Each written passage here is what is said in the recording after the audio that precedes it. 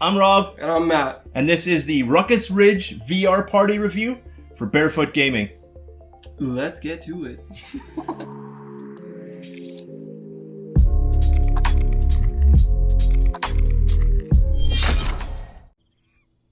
With Ruckus Ridge VR Party, it's time to play some hide and seek.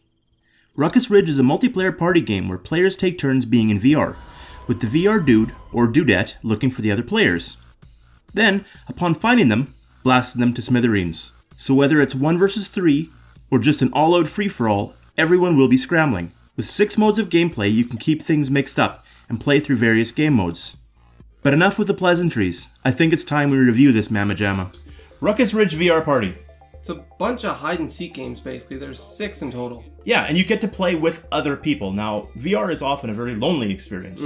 One person, you're all that gets to experience it. In this one, you have one person that's in VR, and you can have up to 3 more people. They're pretty exciting. I mean, the first one is Coin Collector, where basically the players with the controllers, they run around, and you try and collect coins where the person in the VR headset tries to basically shoot you and find you and make you not collect coins. That's right. Plus, you're competing against the other players that have controllers trying to get those coins. Yeah.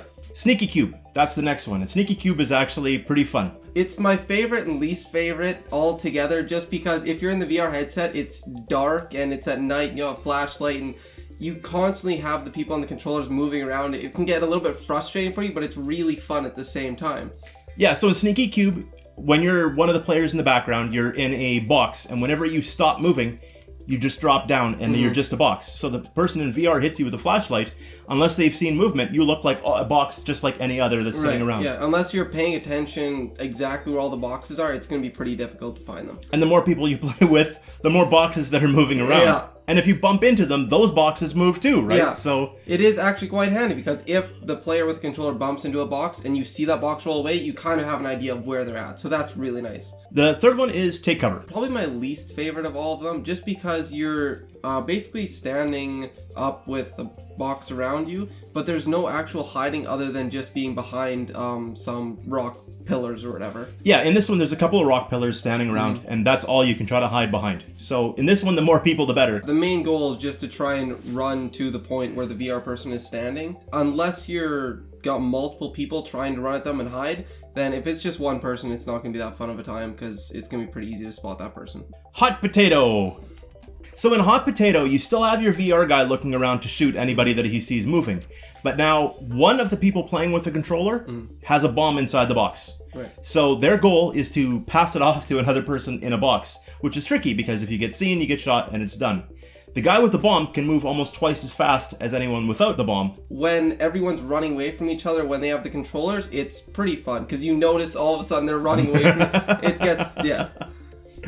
Treasure Hunt. As you're running around, if you have a controller, you're running around, you're trying to open all these boxes. Some boxes are booby-trapped and they make you kind of get stunned. And then if the person in VR sees you get stunned, you kind of stand there for a second and then drop down. So if they notice it in time, they'll catch you. The end goal is to try and get to a box with a crystal inside of it, and then you win. And there is only one box with a crystal in it that everyone with a controller is trying to find. Last but not least, Paint the Town. I had a lot of fun with it, because you're just trying to run around, constantly trying to paint the boxes your color. So there's purple, there's green, there's blue, I think, yet too. Yeah, depending on, there's one color assigned to every person in the controller. It's a lot of fun, because you're constantly, the person has a light and they can see in their radius. You're just trying to stay out of that radius while painting colors, and they kind of see the path that it's being painted, so they kind of have an idea of where you're at, and it's a lot of fun. Total price is $10.99, which you kind of have to keep in mind for this sort of thing. So how many solid snakes hiding in a box out of 10 would you give this? I think I'd probably give it a 7 or an 8 out of 10. It is quite a bit of fun. If you're only looking